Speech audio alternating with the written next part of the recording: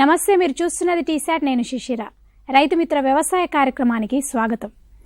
వివిధ పంటలలో చీడపీడల నివారణ ఎలా చేసుకోవాలని రైతులకు కావాల్సిన సలహాలు సూచనలు అందించడానికి నాతో పాటు టీసాట్ స్టూడియోలో ఉన్నారు డాక్టర్ అనిల్ కుమార్ గారు, ప్రధాన శాస్త్రవేత్త, ఏరువాక కేంద్రం నుంచి వచ్చారు. ఈ అంశంపైన మీకేమైనా సందేహాలు ఉంటే స్క్రీన్ పైన స్క్రోల్ అవుతున్న టోల్ ఫ్రీ నంబర్స్కి కాల్ చేసి మీ సందేహాలు తెలుసుకోవచ్చు. నమస్తే అండి. నమస్కారం. Welcome to studio. ఇప్పుడు మనకి ఈ చీడపీడల నివారణకు సంబంధించి వరిని ఆశించే పురుగులు ఏవి అంటారు, వాటికి ఎలాంటి యాజమాన్య పద్ధతులు పాటించాల్సి ఉంటుందంటారు? మన రాష్ట్రంలో కానీ దేశంలో చూసుకున్నట్టయితే వరి ప్రధాన పంట. ఇది మన వానాకాలంలోనూ తర్వాత యాసంగిలోనూ సాగు చేస్తూ ఉన్నారు. ప్రధానంగా ఏంటంటే ఈ వరి కాండం తొలుచు పురుగు అంటాము.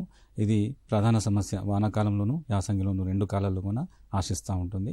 అయితే ఈ రెండు కాలాల్లో చూసుకున్నట్టయితే యాసంగిలో విపరీతంగా ఆశించి ఇంకా ఎక్కువ నష్టం చేస్తుంది. అయితే ఈ వరి కాండం తొలిచే పురుగుని మన రైతులు రకరకాల పేర్లతో పిలుస్తారు. ఊస తిరిగే పురుగని, అట్లనే మొగి పురుగని రకరకాల పేర్లతో పిలుస్తున్నారు. అయితే ఈ వరిలో ప్రధానంగా 3 దశల్లో ఇది నష్టం చేస్తూ ఉంటుంది. ఒకటి వరి నారుమడి దశలో, తర్వాత నాటేసిన తర్వాత పిలకలు వచ్చే టైం దుబ్బు చేసే దశలో, తర్వాత ఈనిక దశలో 3 దశలో కూడా ఆశించి వరి పంటకు నష్టం చేసి రైతుల దిగుబడిని తగ్గించడానికి ఆస్కారం ఉంది. సో అందుగురించి ఏంటంటే 3 దఫాలుగా దీని కొరకు యాజమాన్య పద్ధతులను మనం పాటించి దీన్ని నివారించుకోవాలి. మొదటగా ఈ నారుమడిలో ఆశించినప్పుడు ఏమవుతుందంటే మొక్కలు చనిపోతూ ఉంటాయి. అందుగురించి ఏంటంటే ఈ నారు పీకే వారం రోజుల ముందు ఒక 2 గుంటల నారుమడికి, అంటే 200 చదరపు మీటర్ల నారుమడికి 800 గ్రాముల కార్బోఫ్యూరాన్ 3G గుళికలు వేసుకోవాలి. ఈ గుళికలు వేసుకోవడం వల్ల ఈ మొగిపురుగే కాకుండా నారుమడిలో ఉల్లికోడు ఉన్నా కానీ, సుడిదోమ ఉన్నా కానీ వాటిని బారి నుంచి కూడా రక్షించుకోవచ్చు. తర్వాత నాటేసిన తర్వాత దుబ్బు చేసే టైంలో, పిలకలు వచ్చే దశలో, అంటే నాటేసిన 15 రోజుల ఆ సమయంలో మళ్ళీ ఆశిస్తూ ఉంటుంది. దీని యొక్క తల్లి పురుగు ఆకుల కొనలపైన గుడ్లని సముదాయాలుగా పెట్టేసి వాటి చివరిలో ఉండే వెంట్రుకలతో కప్పేస్తాయి గుడ్ల సముదాయాన్ని.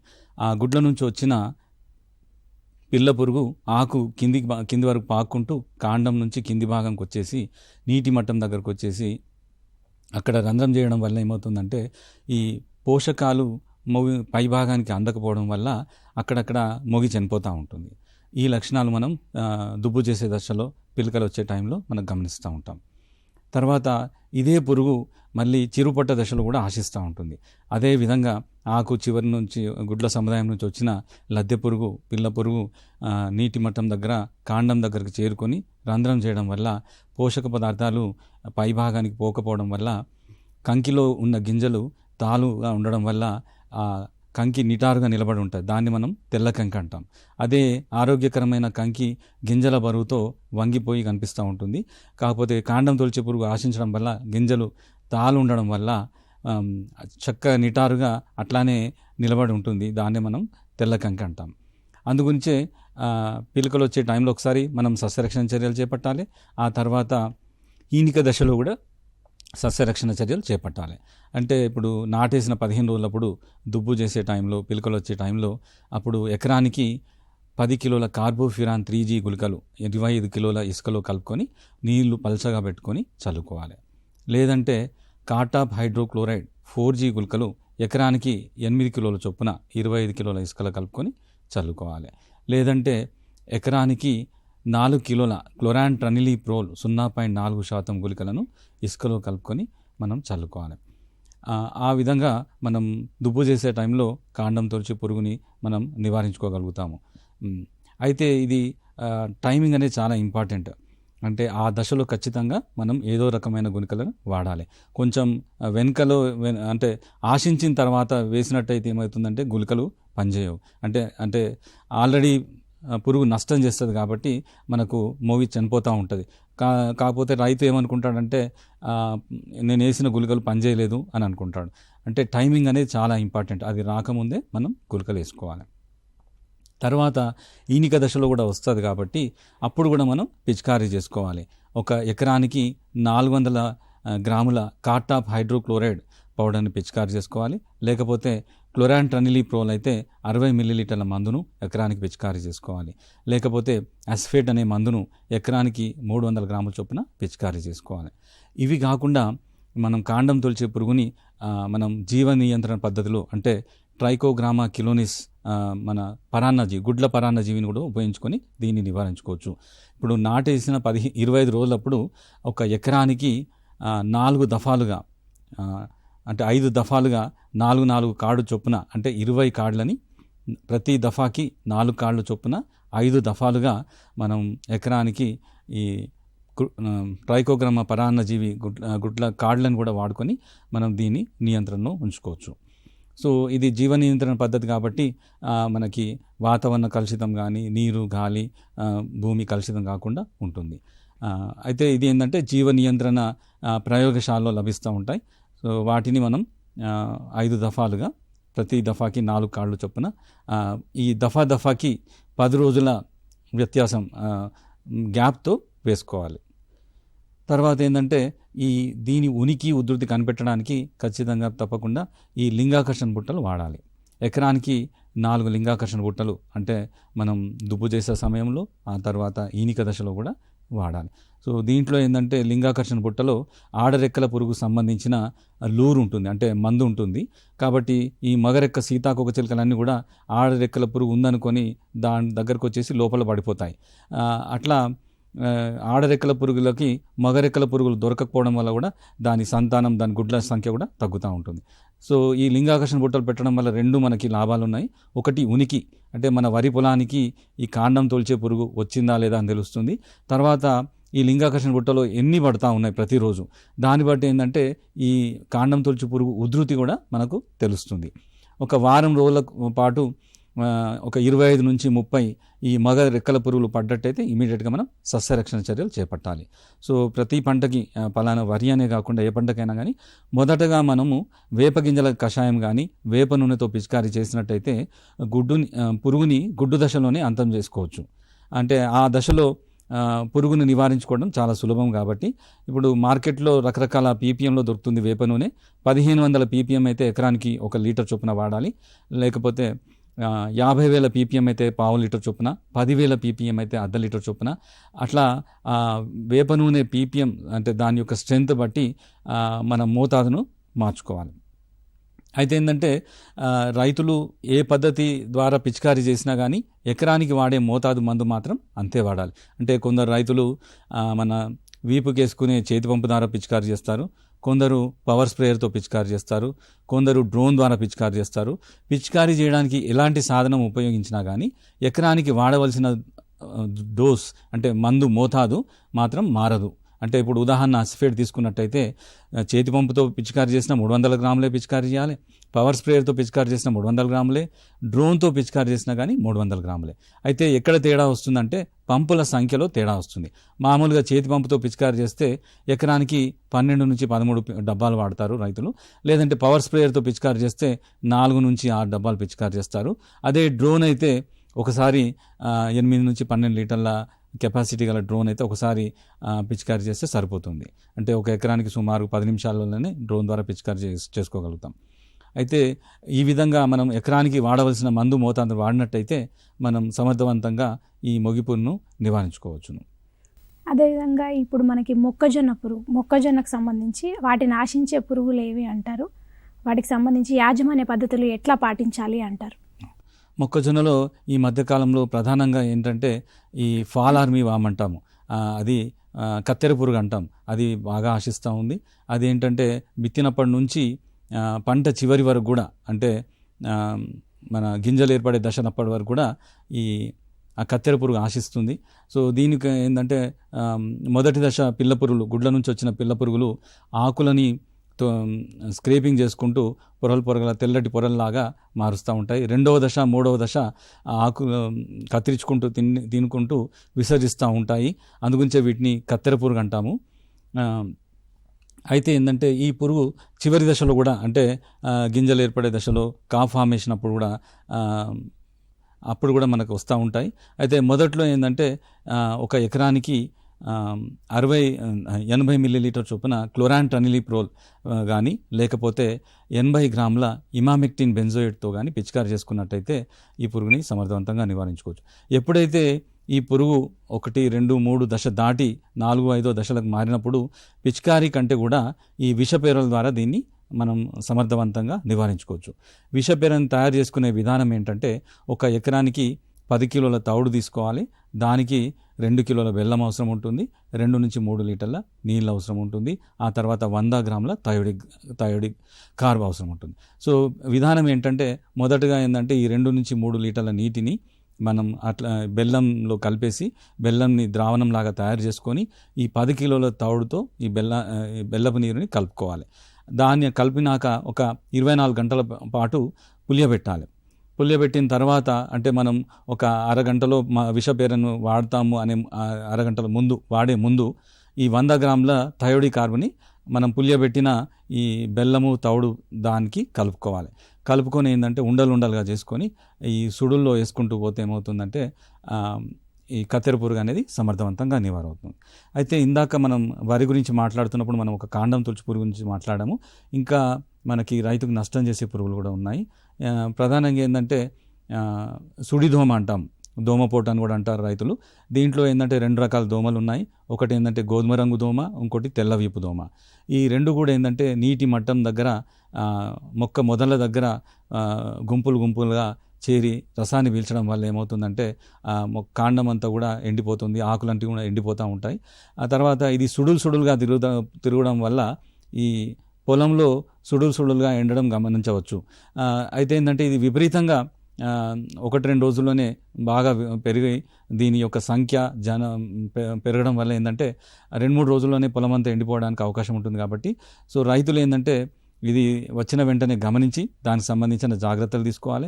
ముందుగా ఏంటంటే ఇది జనరల్గా ఏంటంటే వానాకాలం పంటలో ఎక్కువ వస్తాయి. సెప్టెంబర్, అక్టోబర్, నవంబర్ ఈ 3 నెలల్లో కూడా ఆశించే అవకాశం ఎక్కువ ఉంటుంది. యాసంగి పంటల్లో మార్చ్, ఏప్రిల్ నెలలో ఆశించే అవకాశం ఉంటుంది. అయితే రైతు సోదరులు నాటేటప్పుడే దీని గురించి కొన్ని చర్యలు చేపట్టాలి. అంటే ప్రతి 2 మీటర్లు నాటిన తర్వాత ఒక 20 సెంటీమీటర్ల ఖాళీ బాటలు వదిలేసుకోవాలి. అంటే వానాకాలం పంటలో తూర్పు పడమర దిశగా ఖాళీ బాటలు వేసుకోవాలి. యాసంగి పంటలో ఉత్తర దక్షిణ దిశలో ఖాళీ బాటలు వేసుకోవాలి. ఇలా ఖాళీ బాటలు 20 సెంటీమీటర్ల ఖాళీ బాటలు ప్రతి 2 మీటర్లు నాటిన తర్వాత వేసుకోవడం వల్ల ఏమవుతుందంటే మొక్క నీటి మట్టం దగ్గర దుబ్బు కింది భాగం దగ్గర బాగా గాలి వెలుతురు రావడం వల్ల ఈ దోమ పెరగకుండా అవకాశం ఎక్కువ ఉంటుంది. మనం చిక్కు నాటేసి దగ్గర వేసినట్టయితే గాలి వెలుతురు రాకపోవడం వల్ల మొక్క సంఖ్య విపరీతంగా పెరిగిపోయి రైతుకు నష్టం జరిగే అవకాశం ఎక్కువ ఉంటుంది. కాబట్టి రైతులు ఖచ్చితంగా ఈ ఖాళీ బాటలు వేసుకోవడం అలవాటు చేసుకోవాలి. ఈ ఖాళీ బాటలు వేసుకోవడం వల్ల ఈ దోమపోటు నివారణే కాకుండా రైతులు మన ఎరువులను చల్లుకోవడానికి కూడా ఈజీగా ఉంటుంది. తర్వాత పురుగు మందులను పిచికారి చేసుకోవడానికి కూడా వాళ్ళకి సౌకర్యవంతంగా ఉంటుంది. ఎప్పుడైతే మన దోమపోటు గమనించినప్పుడు అంటే ఇది నార్మల్లో రావచ్చు, నాటేసిన తర్వాత దుబ్బు చేసే టైంలో రావచ్చు, తర్వాత పొట్ట దశలో కూడా రావచ్చు. సో ఎప్పుడొచ్చినా కానీ దీనివల్ల నష్టం బాగా ఉంటుంది. కాబట్టి రైతులు వచ్చిన వెంటనే గమనించి దానికి సంబంధించిన సస్యరక్షణ చర్యలు చేపట్టాలి. దీనికి సంబంధించిన పురుగు మందులు చూసినట్టయితే డైనోటెఫురాన్ ఎకరానికి 80 మిల్లీలీటర్ చొప్పున, లేకపోతే బుప్రోఫెజిన్ ఎకరానికి 320 గ్రాముల చొప్పున, లేకపోతే పైమెట్రోజైన్ ఎకరానికి 60 మిల్లీలీటర్ చొప్పున, లేకపోతే ఈ మధ్య కాలంలో రైతులు బాగా పిచికారి చేస్తున్నారు ట్రైఫ్లూమిజోపైరిమ్ ఎకరానికి 97 మిల్లీలీటర్ చొప్పున పిచికారి చేసినట్టయితే ఈ దోమని సమర్థవంతంగా నివారించుకోవచ్చు. అయితే ఏంటంటే ఒక జాగ్రత్త తీసుకోవడం, పిచికారి చేసేటప్పుడు ఈ దోమలు అనేటి నీటి మట్టం దగ్గర దుబ్బు కింది భాగంలో ఉంటాయి. కాబట్టి మనం పిచికారి చేసేటప్పుడు మందు కింది భాగంలో పడేటట్టుగా ఈ పాయల్లాగా చేసుకొని పిచికారి చేసినట్టయితే సమర్థవంతంగా నివారించుకోవడానికి అవకాశం ఉంటుంది. తర్వాత ఇప్పుడు వరిలో కాండం తొలిచే పురుగు కాకుండానే ఈ సుడిదోమ కాకుండా అక్కడక్కడ ఏంటంటే ఉల్లికోడు వల్ల కూడా రైతులు నష్టపోతున్నారు. ఉల్లికోడు ఏంటంటే ఈ నారుమడి దశలో వస్తుంది, తర్వాత పిలకలు వచ్చే దశలో కూడా వస్తుంది. దీన్ని మామూలుగా అయితే ఈ అంకురం రసాయనిక చర్య వల్ల మామూలుగా ఆకులాగా కాకుండా ఉల్లి కాడ వలె పొడివాటి గొట్టంలాగా మారుతుంది. తర్వాత వాటికి ఏంటంటే కంకులు రావు. ఇట్లా ప్రతి దుబ్బు దగ్గర కొన్ని పిలకలు వచ్చే అవకాశం ఉంటుంది. అందుగురించి ఏంటంటే ఎక్కడైతే ఈ ఉధృతంగా వచ్చే అవకాశం ఉన్న చోట ఉల్లికోడును తట్టుకునే రకాలు ఉన్నాయి. అంటే జగిత్యాల పరిశోధన స్థానం నుంచి విడుదలైన రకాలు ఉన్నాయి, వరంగల్ పరిశోధన స్థానం నుంచి విడుదలైన రకాలు ఉన్నాయి. ఇవి వేసుకున్నట్టయితే వరి పొలానికి ఉల్లికోడు రాకుండా ఉంటుంది. ఒకవేళ దొరకని పరిస్థితిలో రైతులు ఉల్లికోడు ఆశించినప్పుడు చేయాల్సిన పనులు ఏంటంటే, ఇంతకుముందు మనం చెప్పుకున్నట్టుగా నారుమడిలో అంటే 2 గుంటల నారుమడి, ఈ 200 చదరపు మీటర్ల నారుమడి, ఒక ఎకరానికి సరిపడే నారుమడిలో 10 నుంచి 15 రోజులప్పుడు 800 గ్రాముల కార్బోఫ్యూరాన్ 3G గుళికలు వేసుకోవాలి. తర్వాత నాటేసిన తర్వాత కూడా అప్పుడప్పుడు ఉల్లికోడి ఆశించే అవకాశం ఉంటుంది. అప్పుడు ఏంటంటే ఫిప్రోనిల్ 5SC అనేవి ఎకరానికి 1/2 లీటర్ చొప్పున పిచికారీ చేసుకోవడం వల్ల ఉల్లికోడి నుంచి మనం రక్షణ పొందవచ్చును. తర్వాత అప్పుడప్పుడు ఏంటంటే ఈ ఆకునల్లి, కంకినల్లి కూడా నష్టం కలుగజేస్తూ ఉంటాయి. ఆకునల్లి ఆశించడం వల్ల ఏంటంటే ఈ ఆకుపైన గోధుమ రంగు మచ్చలు ఏర్పడుతూ ఉంటాయి. తర్వాత ఈనిక దశ తర్వాత కూడా కంకినల్లి రూపంలో కూడా వస్తుంది. దానివల్ల ఏమవుతుందంటే ఈ ఆకులో మధ్య ఈనపైన మచ్చలు ఏర్పడుతూ ఉంటాయి, కాండం పైన మచ్చలు ఏర్పడుతూ ఉంటాయి, గింజల పైన కూడా గోధుమ రంగు మచ్చలు ఏర్పడుతూ ఉంటాయి. తద్వారా ఏంటంటే మార్కెట్లో ఈ ధాన్యానికి రేట్ తక్కువగా ఉంటుంది. అందుగురించే రైతులు ముఖ్యంగా ఉష్ణోగ్రతలు పెరుగుతున్నప్పుడు, బెట్ట పరిస్థితులు ఉన్నప్పుడు ఇది తీవ్రంగా ఆశించే అవకాశం ఎక్కువ ఉంటుంది. అందుగురించి ఈనిక దశలో రైతులు ఏంటంటే ప్రతి ఎకరానికి 200 మిల్లీలీటర్ చొప్పున స్పైరోమెసిఫెన్, దాంతోపాటు 200 మిల్లీలీటర్ల ప్రాపికోనజోల్ అనే మందును కలిపి పిచికారీ చేసుకున్నట్టయితే ఈ ధాన్యపు గింజ రంగు మారకుండా, అంటే ఈ కంకినల్లి వల్ల కానీ కాకుండొచ్చు, దానివల్ల అయినా కావచ్చు, లేకపోతే మన వివిధ రకాల శిలీంధ్రాల వల్ల కూడా గింజ మచ్చ వస్తూ ఉంటుంది. ఈ రెండు వాటి నుంచి కూడా రక్షణ ఉండడానికి కొరకు స్పైరోమెసిఫెన్తో పాటు ప్రాపికోనజోల్ కలిపి పిచికారీ చేసుకున్నట్టయితే మనకి ఇటువంటి గింజ నాణ్యత అనేది మంచిగా ఉండే అవకాశం ఉంటుంది. ప్రధానంగా ఏంటంటే ఇవి ప్రధానంగా వరిలో వచ్చే పురుగులు. అప్పుడప్పుడు ఏంటంటే ఈ ఆకుముడత పురుగు, తర్వాత తాటాకు తెగులు వస్తూ ఉంటాయి. కాకపోతే ఇవి బాగా తీవ్రంగా నష్టం చేసే పురుగులు కావు. మామూలుగా రైతులు వాడే రెగ్యులర్ మందులే. ఆసిఫేట్ అయితే ఎకరానికి 300 గ్రాముల చొప్పున, ప్రొఫెనోఫాస్ అయితే ఎకరానికి 400 మిల్లీలీటర్ చొప్పున, క్లోర్పైరిఫాస్ అయితే ఎకరానికి 500 మిల్లీలీటర్ చొప్పున పిచికారీ చేసుకున్నట్టయితే ఈ తాటాకు తెగులు కానీ ఆకుముడత పురుగు నుంచి రక్షణ పొందవచ్చు. ఈ ఆకుముడత పురుగు అంటే నిలువుగా ఆకుని ముడత చేసుకొని లోపల లద్దె పురుగు ఉండి గీక్కొని తినడం వల్ల ఆకులపైన ఈ సమాంతరంగా చారలు ఏర్పడుతూ ఉంటాయి. అలాగే తాటాకు తెగులు, వాటి యొక్క పిల్ల పురుగులు, పెద్ద ప్రౌఢదశ పురుగులు ఆకులు 2 పొరల మధ్యలో ఉండి, ముఖ్యంగా ఈ గ్రబ్ అంటాము, పిల్ల పురుగు 2 పొరల మధ్యలో ఉండేసి అది తోల్చుకుంటూ పోతుంది. దానివల్ల ఏంటంటే తెల్లటి చారలు ఏర్పడుతూ ఉంటాయి.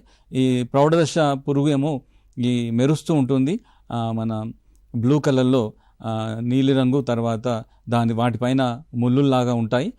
అయితే ఏంటంటే ఈ హిస్పా పురుగైనా కానీ దాన్ని మొదటి నుంచి కూడా రైతులు తాటాకు తెగులు అంటారు. అది పురుగైనా కానీ తెగుల్లాగానే పిలుస్తూ ఉంటారు. అయితే ఏంటంటే ఎప్పుడైనా కానీ తీవ్రంగా ఉన్నప్పుడు మనం రెగ్యులర్గా రైతులు వాడే మందులు పిచికారీ చేసుకున్నట్టయితే ఈ తాటాకు తెగులు నుంచి, ఆ తర్వాత ఆకుముడత పురుగు నుంచి కూడా రక్షణ పొందవచ్చు. అప్పుడప్పుడు ఈ ఆకు చుట్టు పురుగు కనిపిస్తూ ఉంటుంది. అది రైతులకు పెద్దగా నష్టం చేయదు. ఆకు కొన భాగాన్ని పురుగు కత్తిరించుకొని ఒక రౌండ్గా చుట్టుకొని దాని లోపల పురుగు ఉండి ఆకులను తింటూ ఉంటుంది. ఇది పెద్దగా రైతులకు సమస్య కాదు. తర్వాత మనం ఇందాక మొక్కజొన్న గురించి మాట్లాడాము. మొక్కజొన్నలో కత్తెర పురుగు మొదటి నుంచి చివరి వరకు కూడా నష్టం చేస్తుందని తెలుసుకున్నాము.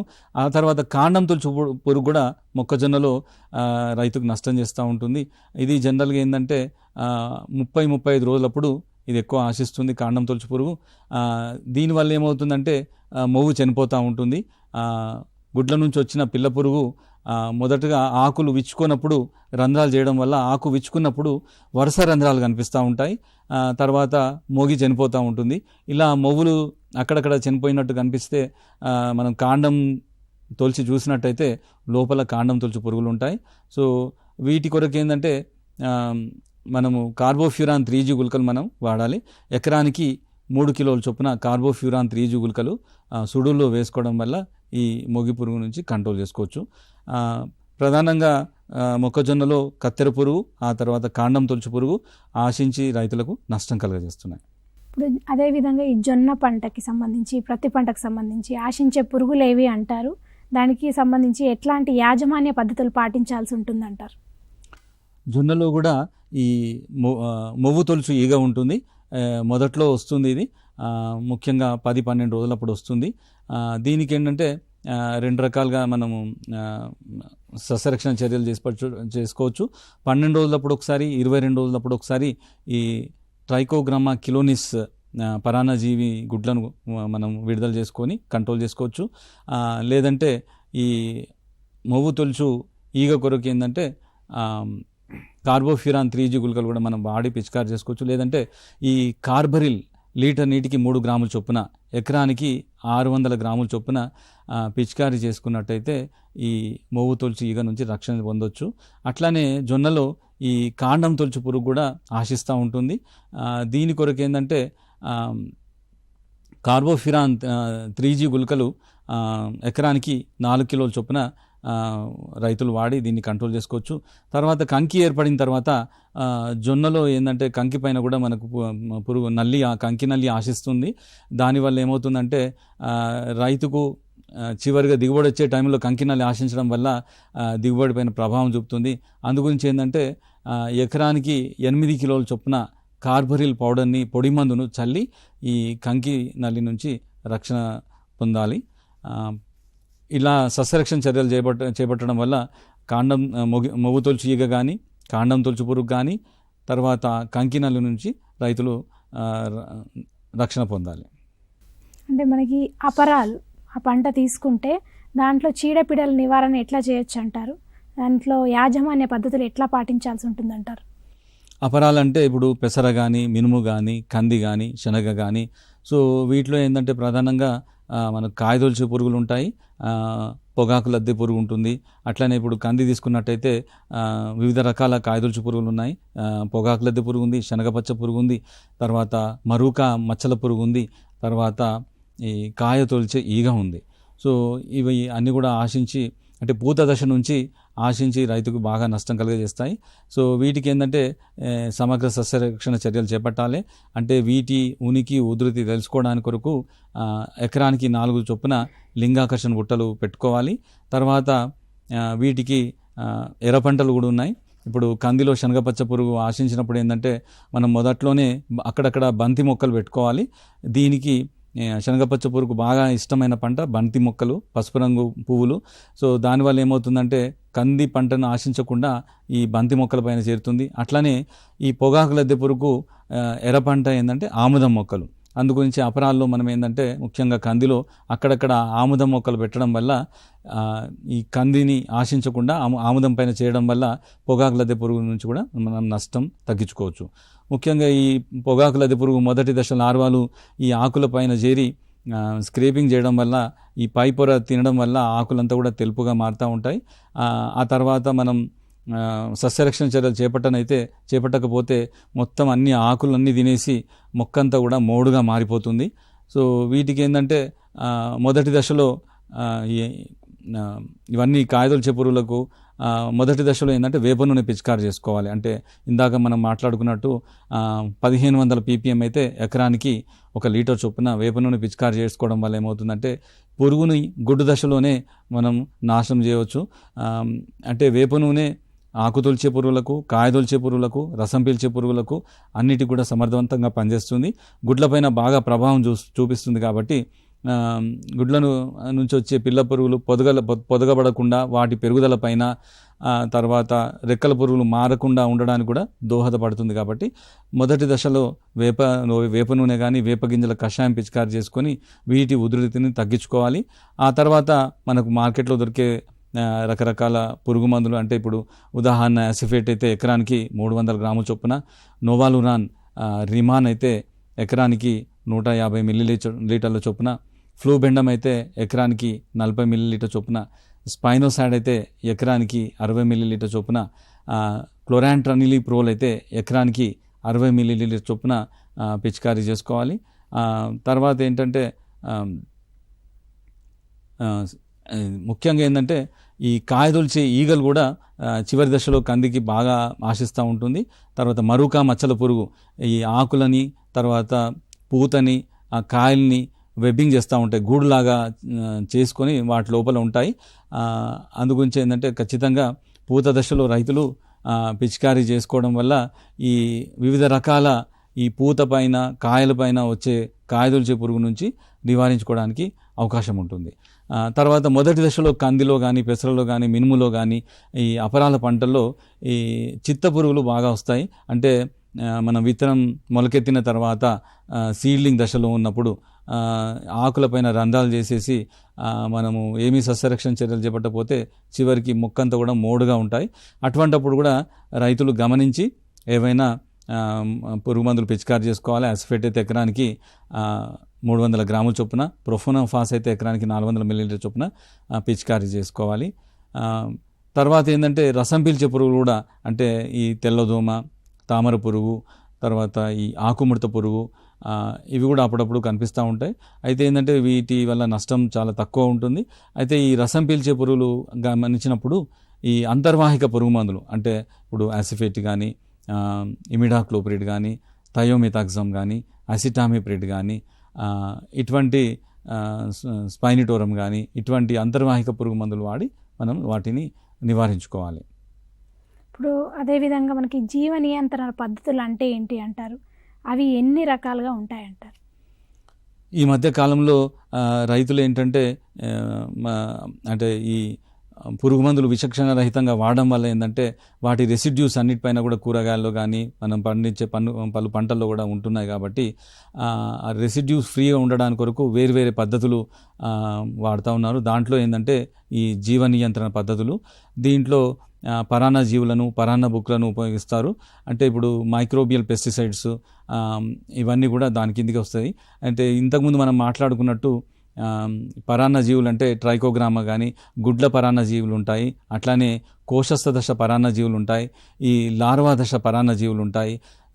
అన్ని రకరకాల పురుగులకి కూడా ఇవన్నీ ఉన్నాయి. అంటే ఎప్పుడైతే ఈ పురుగులు ఆశించినప్పుడు వాటి గుడ్లను విడుదల చేయడం కానీ ఈ విధంగా చేసుకోవడం వల్ల ఏమవుతుందంటే కేవలం ఆ పురుగు మాత్రమే నివారింపబడుతుంది. అంటే వాతావరణం కానీ, గాలి కానీ, భూమి కానీ కలుషితం కాకుండా ఇది టార్గెట్ ఓరియంటెడ్ అంటాం. అంటే మనకి ఏదైతే పురుగు నష్టం చేస్తుందో వాటిపైనే ప్రభావం చూపిస్తాయి. మిగతా అంటే ఎకో ఫ్రెండ్లీ అంటాం. మన వాతావరణానికి ఏమి కూడా ఇబ్బంది ఉండదు. తర్వాత ఏంటంటే పరాన్న బుక్కులు కూడా ఉన్నాయి, ప్రిడేటర్స్ అంటాం మనం. ఇప్పుడు గొల్లబామ కానీ, అల్లిక రెక్కల పురుగు కానీ, తర్వాత ఈ సాలీలు పురుగు కానీ, అట్లా వివిధ రకాల కందిరీగలు, ఇవన్నీ కూడా ప్రిడేటర్స్ కింద పరాన్న బుక్కుల కిందకి వస్తాయి. ఇవి కూడా మనకు నష్టం చేసే పురుగులను తినుకుంటూ మన నియంత్రణలో ఉంచుతాయి. ఎప్పుడైతే పరాన్న జీవుల సంఖ్య, పరాన్న బుక్కుల సంఖ్య మనం పంటలో గమనించినప్పుడు పురుగు మందుల వాడకం తగ్గించుకోవాలి. ఇవి కాకుండా మనకి ఈ జీవ నియంత్రణ పద్ధతిలోనే ఈ మైక్రోబియల్ పెస్టిసైడ్స్ కూడా వాడచ్చు. అంటే ఇప్పుడు బీటీ ఉత్పత్తులు ఉన్నాయి. బీటీ మార్కెట్లో పౌడర్ ఫార్ములేషన్స్ ఉంటాయి, ద్రవ రూపంలో ఉంటాయి. పౌడర్ రూపంలో ఉంటే 400 గ్రాములు ఒక ఎకరానికి, ద్రవ రూపంలో ఉంటే 400 మిల్లీలీటర్లు ఒక ఎకరానికి పిచికారీ చేసుకున్నట్టయితే బీటీ క్రిస్టల్, టాక్సిక్ క్రిస్టల్స్ ఉంటాయి. అవి ఎప్పుడైతే ఈ లద్దె పురుగులు తిన్నప్పుడు వాటి గొంతు దగ్గర ఈ క్రిస్టల్ కరిగి విషంగా ఉండడం వల్ల ఆ విధంగా ఆకు తినడం తగ్గిపోతుంది, స్లోగా పురుగు చనిపోతుంది. బీటీఏ కాకుండా ఈ వైరస్లు కూడా ఉన్నాయి. ఎన్పివి వైరస్ అని ఒక ఎకరానికి 250 లార్వల్ ఈక్వలెంట్స్, 250 లార్వల్ ఈక్వలెంట్స్ చొప్పున ఎన్పివి న్యూక్లియర్ పాలీహెడ్రోసిస్ వైరస్ అది కూడా పిచికారీ చేసుకోవచ్చు. అట్లానే ఇప్పుడు స్పోడాప్టర్ మన పొగాకు లద్దె పురుగు ఉంది, అట్లానే శనగపచ్చ పురుగు, ఇట్లా స్పెసిఫిక్గా ఈ వైరస్లు ఉన్నాయి. ఇవన్నీ కూడా వాడడం వల్ల ఏమవుతుందంటే ఈ విచక్షణ రహితంగా వాడే మన రసాయనిక పురుగు మందుల యొక్క విష ప్రభావం నుంచి మనం పండించే ఉత్పత్తి కానీ భూమి, గాలి ఇవన్నీ కూడా కలుషితం కాకుండా ఉంటాయి. తర్వాత ప్రధానంగా మన రాష్ట్రంలో వరి తర్వాత పత్తి కూడా బాగా సాగు చేస్తూ ఉన్నారు. ఈ పత్తిలో కూడా రైతులకు కొన్ని రకాల పురుగులు సమస్యాత్మకంగా ఉన్నాయి. వాటిని కూడా గమనించి రైతులు తగిన సస్యరక్షణ చర్యలు చేపట్టినట్టయితే ఆశించిన దిగుబడి పొందడానికి ఆస్కారం ఉంటుంది. పత్తిలో ఏంటంటే ఈ బీటీ పత్తి వచ్చినప్పటి నుంచి కాయదొలిచే పురుగులు తగ్గిపోయాయి, కానీ రసం పీల్చే పురుగులు అంటే తెల్లదోమ, పచ్చదోమ, తామర పురుగు, పేనుబంక, పిండి నల్లి ఇవి ఆశించడం వల్ల పెరుగుదల పైన కానీ పూత, కాత, గూడ పైన అంటే రాలడం జరుగుతుంది. తద్వారా దిగుబడి తగ్గుతుంది. సో అందుగురించి ఏంటంటే వీటికి మొదటి దశలో ఈ కాండానికి బొట్టు పెట్టే పద్ధతి ద్వారా ఈ రసం పీల్చే పురుగుని నివారించుకోవచ్చు. మొట్టమొదటి ఏంటంటే ఈ మన విత్తన శుద్ధి చేసుకోవాలి, సీడ్ ట్రీట్మెంట్ చేసుకోవాలి. ఇమిడాక్లోపిడ్తో కానీ లేకపోతే థయోమిథాక్సమ్తో కానీ విత్తన శుద్ధి చేసుకోవాలి.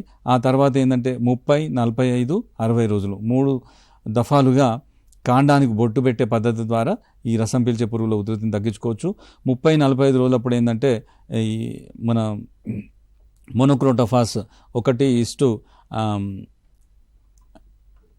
చొప్పున 1:12 చొప్పున కలుపుకొని మనం కాండానికి బొట్టు పెట్టే పద్ధతులు చేసుకోవాలి. ఈ 60 రోజులప్పుడు ఏంటంటే ఇమిడాక్లోపిడ్తోగా అంటే 1:20 అంటే ఒక పాల ఇమిడాక్లోపిడ్ తీసుకుంటే 20 పాల నీళ్లు కలుపుకొని మనం ఆ విధంగా మనం డైల్యూట్ చేసుకొని కాండానికి బొట్టు పెట్టే పద్ధతి పాటించినట్టయితే ఏమవుతుందంటే ఇది కూడా ఏంటంటే కేవలం రసం పీల్చే పురుగులు మాత్రమే వాటికే నష్టం జరుగుతుంది.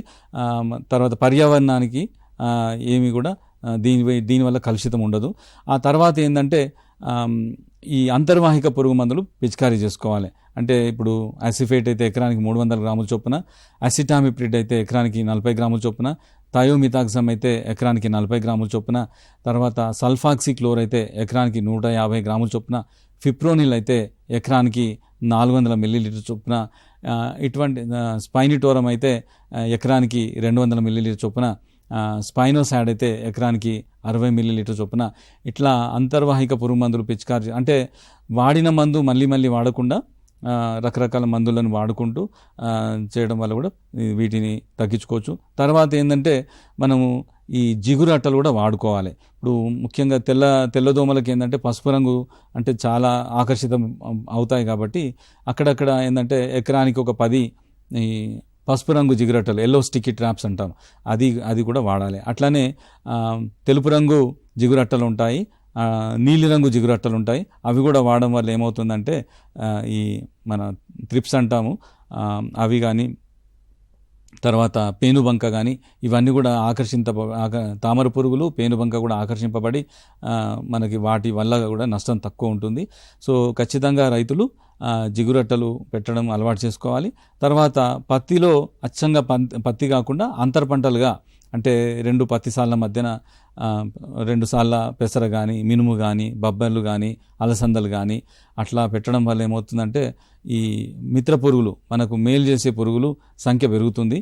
తర్వాత ఏంటంటే ఒక 4 సార్లు కానీ, 4 సార్ల పత్తి తర్వాత కానీ, 6 సార్ల పత్తి తర్వాత కానీ, 8 సార్ల పత్తి తర్వాత కానీ ఒక కందిసాలు కూడా వేసుకున్నట్టయితే ఈ మిత్ర పురుగుల సంఖ్య పెరుగుతుంది. తర్వాత చుట్టూరంగా పత్తి చేను చుట్టూరంగా కూడా ఒక 2-3 వరుసలు మనం బార్డర్ క్రాప్ అంటాము. ఆ విధంగా మొక్కజొన్న కానీ, జొన్న కానీ బాగా ఎత్తుగా పెరిగే పంటలను పెట్టుకున్నట్టయితే ఏమవుతుందంటే వేరే ఇతర పంటల నుంచి మన పంటలకి ఈ రసం పీల్చే పురుగులు రాకుండా ఉంటాయి.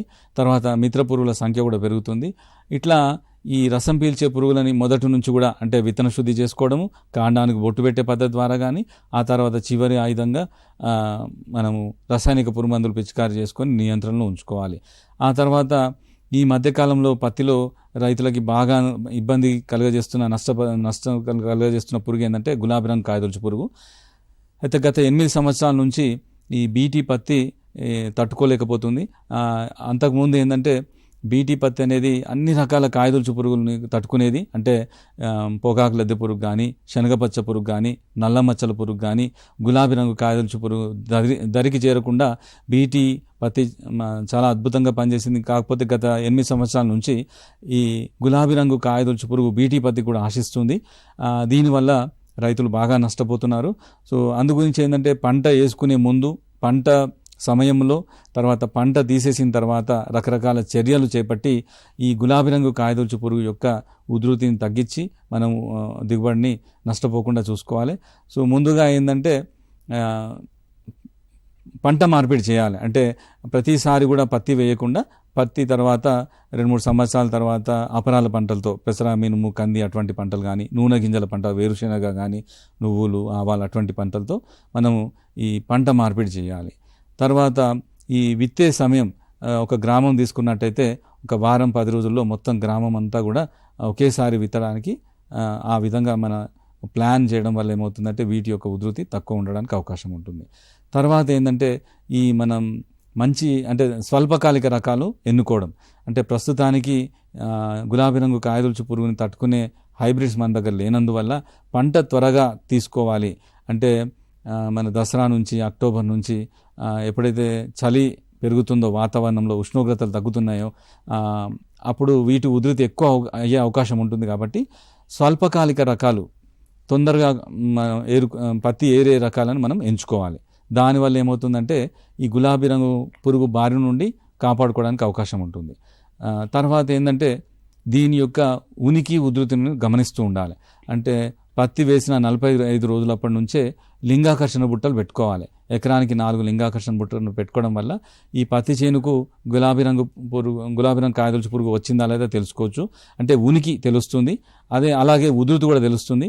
ఒక 2-3 రోజుల్లో మనకి సుమారు 20 మగరెక్కల పురుగులు లింగాకర్షణ బుట్టలు గమనించినట్టయితే వెంటనే సస్యరక్షణ చర్యలు చేపట్టాలి. అంటే మొదటగా మనం ఇంతకుముందు చెప్పుకున్నట్టుగా ఈ గుడ్లపైన బాగా పనిచేసే వేపగింజల కషాయం కానీ, వేప నూనె కానీ పిచికారి చేసుకోవాలి. వేప నూనె అయితే ఇందాక చెప్పుకున్నట్టు 1500 ppm అయితే ఎకరానికి 1 లీటర్ చొప్పున పిచికారి చేసుకోవాలి. సో మొదట్లోనే ఈ సింథటిక్ పైరిథ్రాయిడ్స్ వాడుతున్నారు రైతులు. అంటే సైపర్మెథ్రిన్ కాంబినేషన్లో ఉన్నాయి, ఆర్గనోఫాస్ఫేట్ ప్లస్ సింథటిక్ పైరిథ్రాయిడ్ కాంబినేషన్స్ ఉన్నాయి. ఇప్పుడు ప్రొఫెనోఫాస్ ప్లస్ సైపర్మెథ్రిన్, అట్లానే క్లోర్పైరిఫాస్ ప్లస్ సైపర్మెథ్రిన్ అటువంటి వాడుతూ ఉన్నారు రైతులు. అట్లా కాకుండా మొదట్లో వేప నూనె కానీ వేపగింజల కషాయంతో పిచికారి స్టార్ట్ చేయాలి. ఆ తర్వాత రెగ్యులర్గా వాడే మందులు అంటే అసిఫేట్ అయితే ఎకరానికి 300 గ్రాముల చొప్పున, ప్రొఫెనోఫాస్ అయితే ఎకరానికి 400 మిల్లీలీటర్ చొప్పున, నోవాలురాన్ అయితే ఎకరానికి 150 మిల్లీలీటర్ చొప్పున, స్పైనోసాడ్ అయితే ఎకరానికి 60 మిల్లీలీటర్ చొప్పున, ఫ్లూబెండమైడ్ అయితే ఎకరానికి 40 మిల్లీలీటర్ చొప్పున పిచికారి చేసుకోవాలి. చివరి దశలో మాత్రమే సింథటిక్ పైరిథ్రాయిడ్స్ అంటే ఇప్పుడు సైపర్మెథ్రిన్ ఎకరానికి 200 మిల్లీలీటర్ చొప్పున, ఫెన్వాలరేట్ అయినా ఎకరానికి 200 మిల్లీలీటర్ చొప్పున, లేకపోతే ఈ కాంబినేషన్ ప్రోడక్ట్స్ ఉన్నాయి సైపర్మెథ్రిన్ ప్లస్ క్లోర్పైరిఫాస్ ఎకరానికి 400 మిల్లీలీటర్ చొప్పున, అట్లనే ప్రొఫెనోఫాస్ ప్లస్ సైపర్మెథ్రిన్ ఎకరానికి 400 మిల్లీలీటర్ ఇటువంటి చివరి దశలో వాడాలి. తర్వాత ఇప్పుడు దీనికి కూడా ఏంటంటే జీవ నియంత్రణ పద్ధతిలో మన ట్రైకోగ్రామా పరాన్న జీవులను కూడా వాడాలి. ఆ తర్వాత ఏంటంటే చివరి దశలో మనం అంటే పంట అయిపోయే టైంలో వీలైనంత వరకు కూడా పంట అంటే 1-2 ఏరడంలోనే మొత్తం పంటని తీసేయడానికి ప్రయత్నం చేయాలి. తర్వాత ఏంటంటే ఈ పంట అయిపోయిన తర్వాత కూడా ఈ స్టబుల్స్ ఉంటాయి కదా, కొయ్యకాలను కూడా అంతా కూడా భూమిలో కలియదున్నాలి. రోటోవేటర్ కానీ మల్చర్తో కానీ భూమిలో కలియదున్నాలి. తర్వాత ఏంటంటే ఇటువంటి ఈ పత్తి గులాబీ రంగు కాయదొలుచు పురుగు ఆశించిన పత్తిని కానీ తర్వాత గింజలను కానీ లేకపోతే కొయ్యకాలను కానీ ఇంటి దగ్గర కానీ తర్వాత జిన్నింగ్ మిల్ దగ్గర కానీ నిల్వ ఉంచకూడదు. తర్వాత వేసవిలో ఏంటంటే మొదట్లో చెప్పుకోవాల్సింది ఏంటంటే వేసవిలో లోతు దుక్కులు చేసుకోవాలి. ఎందుకంటే ఇది కోశస్థ దశలో భూమిలో ఉంటుంది కాబట్టి అట్లా వేసవిలో లోతు దుక్కులు చేసుకోవడం వల్ల కూడా దీని ఆశించడం తక్కువగా గమనిస్తాం. చివరగా ఇప్పుడు మనకి వివిధ పంటలలో ఈ చీడపీడల నివారణకు రైతులు ఎలాంటి చర్యలు తీసుకోవాలి అంటారు? ప్రతి పంటలో కూడా అయితే రసం పీల్చే పురుగులు కానీ, ఆకు తొలిచే పురుగులు కానీ, కాయదొలిచే పురుగులు ఆశిస్తూ ఉంటాయి. సో వాటి ఉనికిని గమనించి వెంటనే సస్యరక్షణ చర్యలు చేపట్టినట్టయితే వాటి వల్ల నష్టం తక్కువగా ఉంటుంది, మనకి దిగుబడి కూడా పెరగడానికి ఆస్కారం ఉంటుంది. తర్వాత పురుగును గమనించి దానికి సంబంధించిన మందులు వాడాలి. అంటే అది రసం పీల్చే పురుగులా లేకపోతే ఆకు కాయదొలిచే పురుగులా. రసం పీల్చే పురుగులకైతే అంతర్వాహిక పురుగు మందులు వాడాలి. ఆకు కాయదొలిచే పురుగులకైతే ఏంటంటే ఈ కాంటాక్ట్, స్టమక్ యాక్షన్, ఉదర చర్య ఉన్నది, స్పర్శ చర్య ఉన్న పురుగు మందులు వాడాలి. తర్వాత వీలైనంత వరకు జీవ నియంత్రణ పద్ధతులు వాడాలి. చివరి ఆయుధంగా మాత్రమే మార్కెట్లో దొరికే రసాయనిక పురుగు మందులు వాడాలి.